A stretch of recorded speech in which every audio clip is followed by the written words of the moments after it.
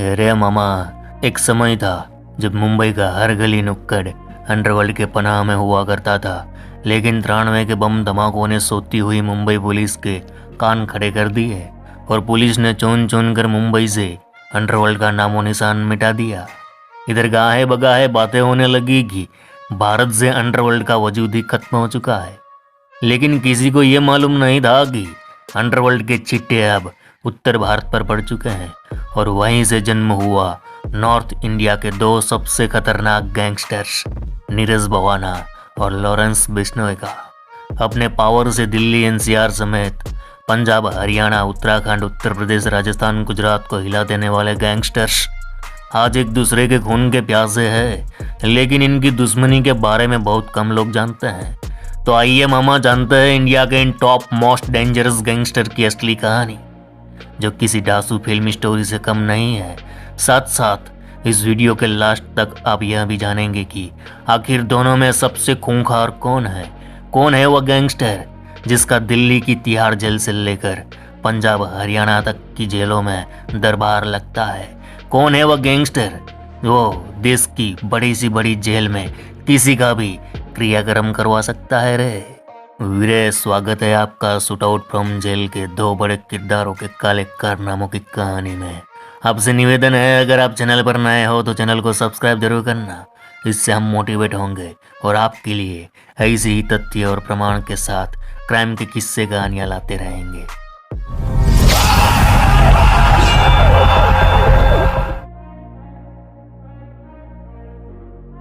કેમ છો? મજામાં? અરે મામા, गैंगस्टर लॉरेंस बिश्नोई और गैंगस्टर नीरज भवाना, जिसे कौन नहीं जानता, ये वो गैंगस्टर है जिसके फिल्मी सितारों की तरह लाखों में चाहने वाले हैं। बदमाश लोंडे लफाड़े जिन्हें अपना लीजेंड मानते हैं। नॉर्थ इंडिया के यंगस्टर्स के एक बड़े तबके को ये दोनों प्रभावित करते हैं।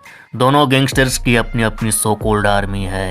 हजारों बदमाश इनके सिंडिकेट में काम करते हैं, जो इनके लिए किसी का भी मुंडी काट सकते हैं। पैसा, पावर और पॉलिटिक्स इनके सबसे बड़े हथियार है।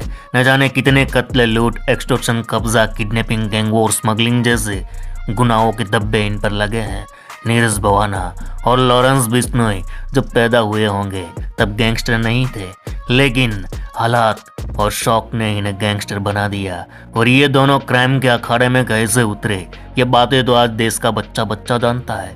हजारों वीडियोस इनकी स्टोरी पर बेस आपको मिल जाएंगे, इसलिए हम इनके शुरुआती जीवन की कोई बात नहीं करने वाले, मेन मुद्दे पर बात करते हैं।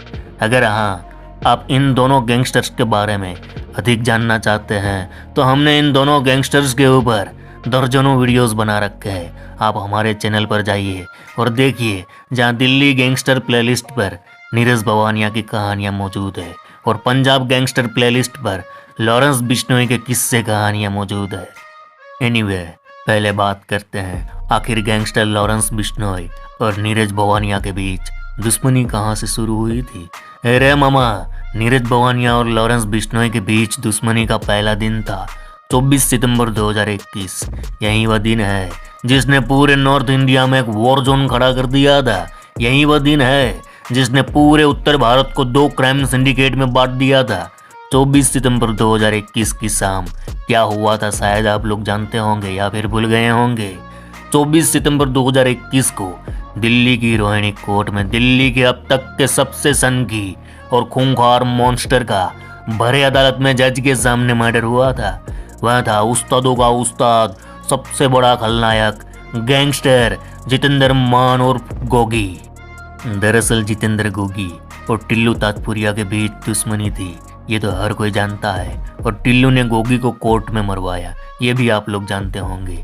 गोगी की मौत के बाद गोगी के रिश्ते और क्राइम एक एक कर सामने आए। तब पूरे दिल्ली को पता चला कि गोगी का देश के कई बड़े बड़े क्रिमिनल्स और संगठनों के साथ अच्छे रिश्ते थे और गैंगस्टर लॉरेंस बिश्नोई के साथ भी उसके रिश्ते थे। इधर गोगी की मौत के बाद गैंग के बाकी मेंबर अपने सरगना की मौत का बदला लेना चाहते थे। उस वक्त लॉरेंस बिश्नोई राजस्थान से तिहाड़ जेल आ चुका था। यहाँ जेल में गोगी गैंग से जुड़े बड़े बड़े बदमाश से वह मिलता है और ऐलान कर दिया कि हम अपने भाई जितेंद्र गोगी की मौत का बदला जरूर लेंगे। बस यहीं से शुरू हो गई बदले और वर्चस्व की खूनी जंग। और यही वह समय था जब लॉरेंस बिश्नोई ने कई बड़े बड़े गैंगस्टर, डॉन, माफिया से लेकर छोटे मोटे छपरी पंटरों को एकजुट कर पूरे उत्तर भारत का सबसे बड़े सिंडिकेट का गठन कर दिया। उधर टिल्लू ताजपुरिया नीरज भवानिया से हाथ मिला चुका था। बस यहीं से नीरज भवानिया और लॉरेंस बिश्नोई के बीच दुश्मनी की शुरुआत हुई और इसी के साथ राजधानी समेत पूरे नॉर्थ इंडिया में बदले का एक नया अध्याय शुरू हुआ। बड़े बड़े संगठन अब बढ़ चुके थे भवाना के साथ या फिर बिश्नोई। इधर शुरू हुई इस नई जंग में कई गैंगस्टरों की लाशें अब तक गिर चुकी हैं, कई परिवार तबाह हो चुके हैं और दो बड़े सिंडिकेट के बनने से दोनों तरफ हथियार, मनी से लेकर गैंग मेंबर में एक बड़े लेवल पर बढ़ोतरी हुई है। इससे हुआ यूं कि पूरे नॉर्थ इंडिया में क्राइम रेट खूब तेजी से बढ़ गया, क्योंकि जब लॉरेंस बिश्नोई या नीरज भवानिया को दिल्ली में वारदात करनी हो तो उनसे जुड़े दूसरे राज्य के गैंगस्टर इनकी मदद करते हैं, अपने शूटर भेजते हैं, पैसा भेजते हैं, हथियार भेजते हैं। दूसरे राज्य के होने की वजह से कई बार ये लोग पुलिस के हाथ भी नहीं लगते, क्योंकि क्राइम कर ये लोग उस राज्य को तुरंत छोड़ देते हैं। वहीं जब इन दोनों गैंगस्टरों को अपने से कहीं दूर दराज के राज्य में कोई वारदात को अंजाम देना है तो वहां तक जाने की इन्हें जरूरत नहीं, उस राज्य में मौजूद इनके कार्टेल वो काम कर देते हैं। यानी दोनों सिंडिकेट का अपना अपना एक हाई लेवल का नेटवर्क बन चुका है, जहां हर बड़ा बदमाश एक दूसरे बदमाश से जुड़ा हुआ होता है। इससे हुआ यूं कि अपराध बढ़ा और पुलिस के लिए चुनौती भी बढ़ी। पुलिस भी कितने बदमाश को जेल में डाले, क्योंकि इनके बदमाश खत्म ही नहीं होते। एक जेल गया तो पीछे दो तैयार हो जाते हैं। खैर, ये तो हो गई इनकी दुश्मनी की शुरुआत और नॉर्थ इंडिया के दो सिंडिकेट की शुरुआत की कहानी। अब इस रिपोर्ट को देखो, इन दोनों गैंगस्टर्स ने नॉर्थ इंडिया की सारी जेलों के क्या हाल कर दिए हैं। मानो गैंगस्टर्स के लिए जंग का अखाड़ा हो या फिर अय्यासी का अड्डा, पूरा सिस्टम इनके सामने फैल। आपसी अदावत, वर्चस्व और दबदबा बनाने के चक्कर में ये लोग जेलों में भी कत्ल करवाने से बाज नहीं आते। सिद्धू मूसेवाला के मर्डर के बाद हाल ही में गैंगस्टर लॉरेंस बिश्नोई एक निजी मीडिया चैनल पर लाइव आता है। एक क्रिमिनल सलाखों के पीछे है, जेल की चार दीवारी में कैद है, बावजूद वह बेधड़क इंटरव्यू दे रहा है। ये सोचने वाली बात है, क्या कानून व्यवस्था इन गैंगस्टरों के सामने नतमस्तक हो चुकी है? जेल में फोन कहाँ से आते हैं? जेल में दारू मुर्गी की पार्टियां होती है। कुछ साल पहले गैंगस्टर नीरज भवानिया के गुर्गे दिल्ली की जेल में पार्टी कर रहे थे, जिसका वीडियो सोशल मीडिया पर वायरल हुआ। तब आम जनता को पता चला कि जेल में क्या क्या नहीं होता। इसी साल की बात है, पंजाब की तरन तारण जिले की गोविंदवाल सेंट्रल जेल में दो गैंगस्टर्स की हत्या कर दी जाती है। बाकायदा इस वारदात का लाइव वीडियो शूट किया जाता है और पुलिस वाले तमाशा देख रहे थे और कैदी पुलिस के सामने दो कैदियों को मार रहे थे। मरने वाले दोनों कैदी सिद्धू मूसेवाला मर्डर में शामिल थे, वही मारने वाले भी मूसेवाला मर्डर में शामिल थे। कुछ अनबन हुई तो हत्या कर दी। मारने वाले भी लॉरेंस बिश्नोई गैंग से जुड़े थे। 2 मई, ये दिन तो सबको याद होगा। पूरे हिंदुस्तान ने खौफनाक मंजर अपने टीवी चैनलों पर देखा। गैंगस्टर टिल्लू ताजपुरिया को दिल्ली की तिहाड़ जेल में 4 गैंगस्टर चाकुओं से गोद कर हत्या कर देते हैं। करीब 90 से ज्यादा चाकुओं के वार किए गए। हमलावरों ने कहा, इसने हमारे भाई गोगी को कोर्ट में मरवाया तो हमने इसे मार दिया, और लॉरेंस गैंग खुलेआम इसकी जिम्मेवारी भी लेता है। वहीं लॉरेंस गैंग से जुड़े गैंगस्टर प्रिंस तेवतिया को विरोधी गुट तिहाड़ में चाकुओं से गोद कर हमला कर देते हैं और फिर उसे मौत के घाट उतार देते हैं। ऐसे तो न जाने कितने केस है। 2015 में नीरज भवाना और उसके साथियों ने दापोड़ा गैंग के पारस और प्रदीप की चलती पुलिस वैन में पुलिस वालों के सामने हत्या कर दी थी।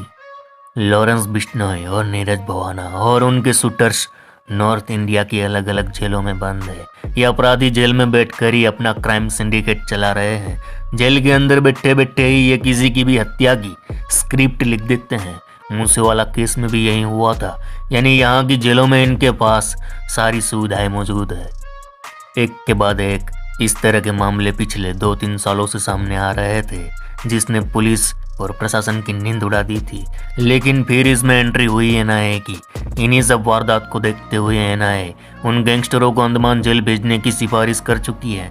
एनआईए का कहना है कि नॉर्थ इंडिया के गैंगस्टर जेल में बैठे बैठे ही वारदात को अंजाम दे रहे हैं और अपना गैंग भी चला रहे हैं। खासकर वह कैदी गैंगस्टर जो पंजाब या दिल्ली की जेलों में बंद है। एनआईए ने नॉर्थ इंडिया के गैंगस्टरों की एक लिस्ट बनाकर गृह मंत्रालय को भी भेजी थी। इस लिस्ट में 10 से 12 गैंगस्टरों के नाम शामिल है। ये वह गैंगस्टर है जो खुद का गैंग चलाते हैं और इनके पास पूरी ताकत है पूरे सूबे में क्राइम को अंजाम तक पहुंचाने की। एनआईए का कहना है कि जब ये गैंगस्टर अपने ही राज्यों की जेलों में रहेंगे तो इनके पास अपनी मनमर्जी के मुताबिक सुविधाएं होंगी जो सिस्टम में बैठे करप्ट अफसर और प्रशासन के नेता इन्हें दिलाते हैं। मगर जब इन गैंगस्टरों को दूर दराज राज्यों की जेलों में भेजा जाए तो वहां भाषा के अभाव के कारण गैंगस्टर जेल सुरक्षा कर्मी से तालमेल जुटाने में असमर्थ रहेंगे। वहीं दूर दराज राज्यों की जेल में रहने के कारण इनके पास इंटरनेट कनेक्टिविटी भी नहीं होगी तो गैंग को भी चला नहीं पाएंगे। एनआईए का मानना है कि लॉरेंस बिश्नोई, नीरज भवानिया जैसे खतरनाक क्रिमिनल्स को असम की डिब्रूगढ़ सेंट्रल जेल या फिर अंडमान की सेल्यूलर जेल शिफ्ट कर देना चाहिए और ऐसा हुआ तो इन गैंगस्टरों की कमर टूट जाएगी और नॉर्थ इंडिया में बढ़ते क्राइम रेट को कम भी किया जाएगा। लेकिन एनआईए की रिपोर्ट के बाद भी अभी तक कोई एक्शन नहीं लिया गया। खैर, यह वीडियो देखने वाले बहुत सारे लोग समझदार होंगे। आपसे मेरा एक सवाल है, मान लो मेरे साथ कोई जाती हुई सिस्टम कानून ने मेरा साथ नहीं दिया, फिर मैं हथियार उठाऊं और फिर बदले की आग में न जाने सैकड़ों बेगुनाहों को मार दूं, तो क्या ये सही है? आप ही बताओ, गलत है ना? तो भाई, मजबूरी में अपराधी बनो या शौक से, अपराधी तो अपराधी ही होता है। किसी की जिंदगी छीनने वाला इंसान कभी अच्छा कैसे बन सकता है? तो मेरे वीरो, आप यंग हो, आप में हुनर है, देश के लिए कुछ करो, अपने माँ बाप परिवार के लिए अच्छा काम करो, बस बदमाश मत बनो। तो आज के लिए बस इतना ही। चलो इस गुज्जू भाई का राम राम, मिलते हैं फिर।